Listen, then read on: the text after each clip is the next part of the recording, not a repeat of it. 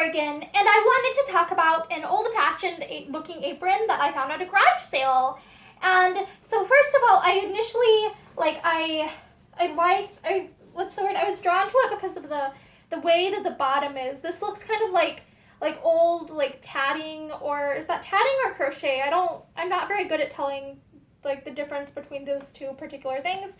It has a little bit of damage to it, which suggests that this must have been used at some point or another because it has some visible damage. But the trim at the bottom to me suggested that this is like quite old. And the way that the stitching on it too is done, it's like, okay, this is very, very, this is very, very clearly, like it looks a lot more like what's the word? It looks kind of like a hand stitch, like a sideways hand stitch, the way it's done, where it's like, okay, this might be hand sewn, or it might be, it could have potentially been done with like some sort of fancy like foot on machine, maybe like a blind hem stitch.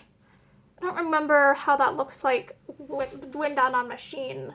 But it's like one of those, the way that the stitching is done is it looks like it could potentially have been done by hand, because it does look almost, okay, looking at it, it does have like the little tiny little bits of unevenness on it, and like I only see one thread here, so that does suggest to me, and it looks a lot like one of the hand stitches that I know how to do, so I think this is hand stitched here. Like it looks like it's most likely hand stitched. Like it's got the tiny little variations to it and like the length and stuff that suggests to me that this is probably hand stitched, and because I can only find one thread there, it's probably hand stitched. Like it's got hand stitch detailing. The way that the bottom is reminds me of some of the stuff that like old ladies used to make like a long time ago. Like it looks kind of like a hand, like something that could have been made by hand by someone. Especially because I don't see a tag on it anywhere, and oftentimes stuff that's like mass manufactured will have tags. But it does have like a lot of little damage pieces where it's like, okay, this is gonna need fixed. Like, yeah, like there was some issues on the trim at the bottom, and there are some like right here. It looks kind of like how my mother has like kitchen towels that are kind of like this, like the old, like one layer of cloth towels, and they'll end up with like little holes like this. So this to me suggests that this probably had some use, like it got use based on the way that the damage reminds me of like something, like the way that like this type of material gets when it's been washed a lot. And one drawback to this is, and one thing that makes me like, leaves a lot of questions to me about this is the waistband of this apron. Like these are the sides of it, but it only has like a tie of like this much. So let me grab my measuring tape because I have one up here. So, sorry. Okay, this is from 0 to here. The tie is about 6.5-ish. So 6.5-ish inches approximately, and about somewhere between like 16, 17-ish centimeters. So that isn't very long. Like if I wanted to do like a bow with this, I would basically have to tie it like as if the back like fully like a mat.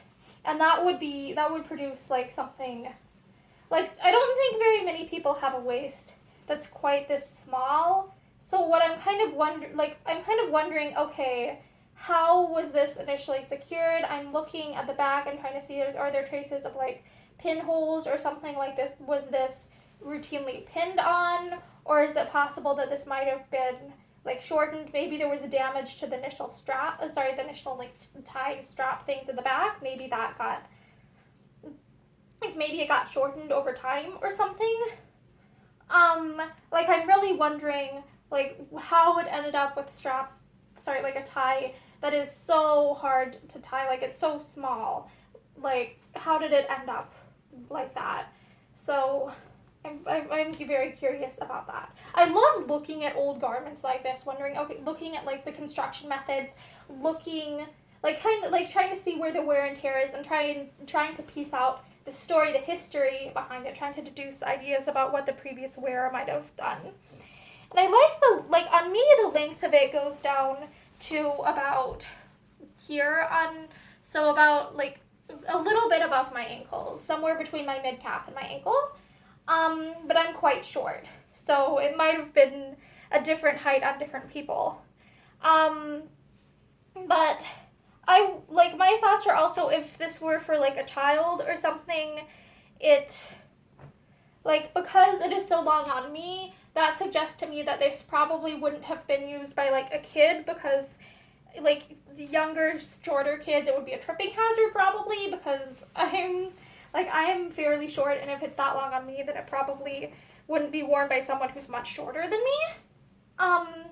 And one way that I think one solution I can think of to make this fit me is because like the straps at the back just meet on me, like I could not tie this.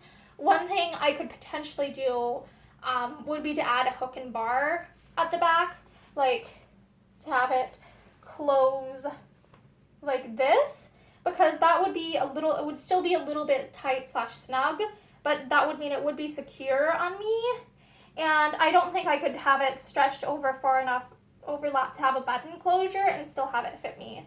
I think that would be too tight on me, but one way that I think I could make this work would be to have just a single hook and bar closure at the back. I think it's got just enough material to make it fit me if I did that. I think. Yeah. And I really like the vibe, the aesthetic, the look. I like the look of it. It's hard to show this. Because the way the camera is placed, I don't really have furniture that's easy to climb on. Actually, maybe I do. I'm gonna bring this stool here and then very carefully, okay, need to be a little bit more careful because I stepped on my skirt. But yeah, this is the length that this apron goes to on me. Hopefully this is a little bit more visible now because I'm elevated off the floor. And I really like the look of it, and so I'm very, very happy with this particular find.